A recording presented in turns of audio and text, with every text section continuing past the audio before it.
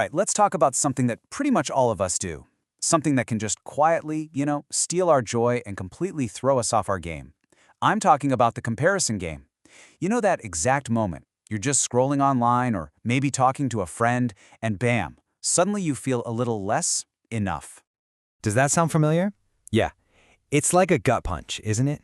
It's that immediate, really painful thought that someone else's success is somehow a direct measurement of your own failure. It's a story our brains are just incredibly good at telling us, almost on autopilot. And that's what we're going to dive into here. What if we could take that instinctive little twinge of comparison and completely flip it on its head? Turn it from a source of shame into a seriously powerful tool for our own growth. Let's figure out how. Okay, so first things first, we have to understand the trap itself. The problem isn't just looking at what other people are doing. Nope. The real issue is the story we tell ourselves about it, like in the split second right after.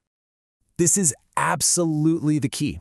We see something, a promotion, a fitness goal, a cool project, and our brain doesn't just log it as a piece of information.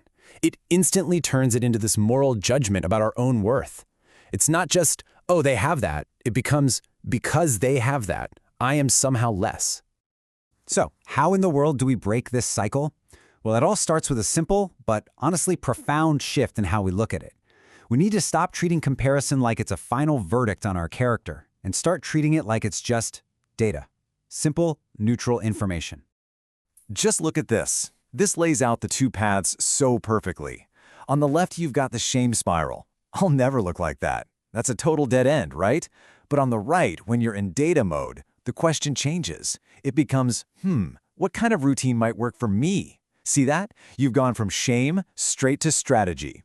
They're so far ahead turns into what's their strategy. The focus shifts from being paralyzed to taking action. And honestly, the process can be this simple. It's a two-step mental habit you can build. First, you just notice the feeling, without judging it. There's that comparison pang again. Then, step 2, you immediately pivot to a data question. Okay, what information is actually here for me? That's it. That's the circuit breaker. Now this mindset shift leads us right into our first big practical tool, building your inner scoreboard. Because really, to stop looking over at everyone else's scoreboard, you've got to build your own. One that tracks the only competition that truly matters, you today versus you yesterday. And this is exactly why that inner scoreboard is so critical. We get so laser-focused on someone else's highlight reel that we totally forget about the mountain of evidence of our own journey, our own hard work, and our own progress. The best antidote is to make our own wins visible to ourselves. I mean, look at this. When a colleague gets a promotion, it's so easy to feel left behind. But if you have an inner scoreboard that looks something like this, you can look back and see a clear, upward path. You learned a new skill, you finished that absolutely brutal project, you hit a personal goal. This isn't about ignoring other people. It's about grounding yourself in the reality of your own growth. And here's the mindset you absolutely have to make this work. If you're a perfectionist, building a scoreboard can just turn into another way to beat yourself up. But the goal isn't some flawless, perfect record. It's about recognizing the effort and, the messy progress. Self-compassion is the fuel for this entire process. It's that inner voice that says, hey, it's okay that you're not there yet. It's understanding that any pace forward is still progress. When you can lower that intense self-criticism, the anxiety that drives all that comparison, it just starts to lose its power.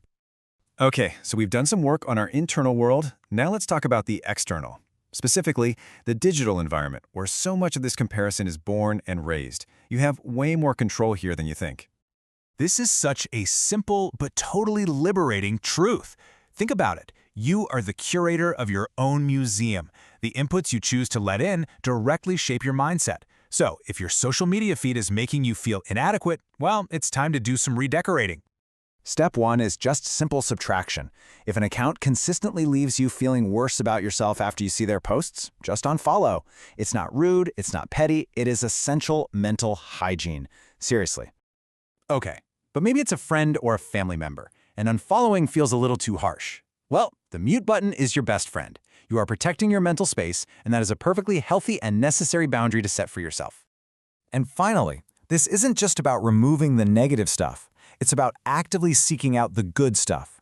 Go follow people who show the messy middle, the struggles, the process behind the success. This gives your brain a much more realistic and, frankly, way more inspiring picture of what growth actually looks like. So, we've shifted our mindset from judgment to data, we've built an inner scoreboard, and we've curated our outer world. All of these tools, they're all pointing toward one ultimate destination: defining success completely on your own terms. This right here, this is your North Star. Your values are the things that are fundamentally important to you, not to your parents, not to society, not to that person you follow on Instagram. When you are crystal clear on your own values, they act as your personal compass. And this is where it all comes together. So let's say your friend buys a huge house. That comparison pang hits you. But then you check your compass, and you remember your top values are things like travel and flexibility and having new experiences. Suddenly, their milestone isn't a threat anymore. It's just a different destination. Their goals are not your goals, and that is more than okay. So as we wrap this up, just remember those tools. Shift your perspective from judgment to data, build that inner scoreboard, and curate your outer world. All of this brings us to the single most important question you can ask yourself. Whose finish line are you actually running towards? The goal isn't to stop noticing what others are doing, it's to be so focused on your own path, guided by your own compass, that their journey is just a different race entirely.